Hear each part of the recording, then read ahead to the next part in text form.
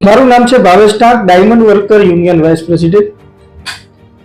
રત્ન કલાકારો માટે જે શિક્ષણ સહાય યોજના બહાર ગુજરાત સરકાર દ્વારા કરવામાં આવી હતી, એનો અંતિમ દિવસ કાલે હતો. આજે 65,000 જેટલા ફોર્મ ભરાણા હતા. પહેલો જે મહિનો હતો જ્યારથી યોજના ચાલુ થઈ હતી, ત્યાં 1 મહિના તો આપણે પરિપત્રોની અંદર કાઢ્યા છે.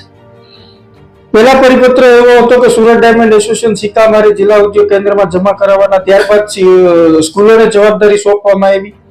ત્યારબાદ ફરીવાર જિલ્લા ઉદ્યોગ કેન્દ્રને આ ફોર્મ જમા કરાવી અને સુરત ડાયમંડ એસોસિએશનમાં મોકલવામાં આવ્યા. એટલે 1 મહિના જેટલો સમય તો આપણે પરિપત્રોમાં અને રત્ન કલાકારોને ક્યાં ફોર્મ જમા કરાવવા એ માટે અસ્તમંજસમાં હતા. એ માટે રત્ન કલાકારો પણ સમજી ના શક્યા. ત્યારે ખૂબ જ ટૂંકા ગાળાની અંદર 65,000 ફોર્મ ભરાવવા એ ખૂબ જ ગંભીર આ બાબત છે કહી શકાય. અને સરકારે આની મંદીની ગંભીરતા સમજવી જોઈએ.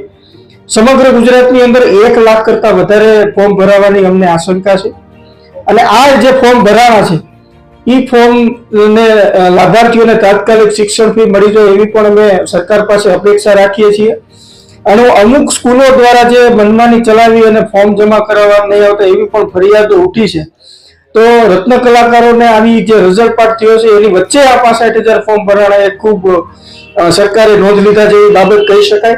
અમારી જે પડતર માંગણીઓ છે એની લડત અમે ચાલુ રાખીશું કે રત્ન કલાકાર માટે કલ્યાણ બોર્ડની બનાવવામાં આવે, આત્મહત્યા કરતા રત્ન કલાકારોના પરિવારને મદદ કરવામાં આવે અને વ્યવસાય વેરો નાબૂદ કરવામાં આવે.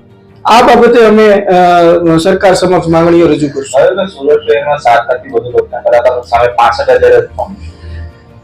એમાં એ જ કહેવા માંગીશ કે સમયગાળો ઓછો હતો અને સરકાર રત્ન કલાકારો અસમંજસમાં હતા કે ફોર્મ ક્યાં જમા કરાવવા. અને જે સ્થિતિ હતી કે અમુક સ્કૂલો પોતાની મનમાની કરતી હતી, જે સરકારી ગાઈડલાઇન્સ આપી હતી કે સ્કૂલોએ ફોર્મ જમા કરી જિલ્લા ઉદ્યોગ કેન્દ્રમાં મોકલવા, તો અમુક સ્કૂલો એની પોતાની મનમાનીથી છેલ્લે રજૂઆત કરવા છતાં પણ અમુક સ્કૂલોએ આ ગાઈડલાઇન્સનું પાલન ન કર્યું. એ અસ્તમંજસ અને ખૂબ જ ટૂંકો ગાળાની અંદર આ 65,000 ફોર્મ ભરાવવા એટલે ગંભીરતા, મંદીની ગંભીરતા સુરતને કેટલી અસર કરે છે, ગુજરાતના આર્થિક ઉદ્યોગને કેટલી અસર કરે છે, સમજવાની બાબત છે.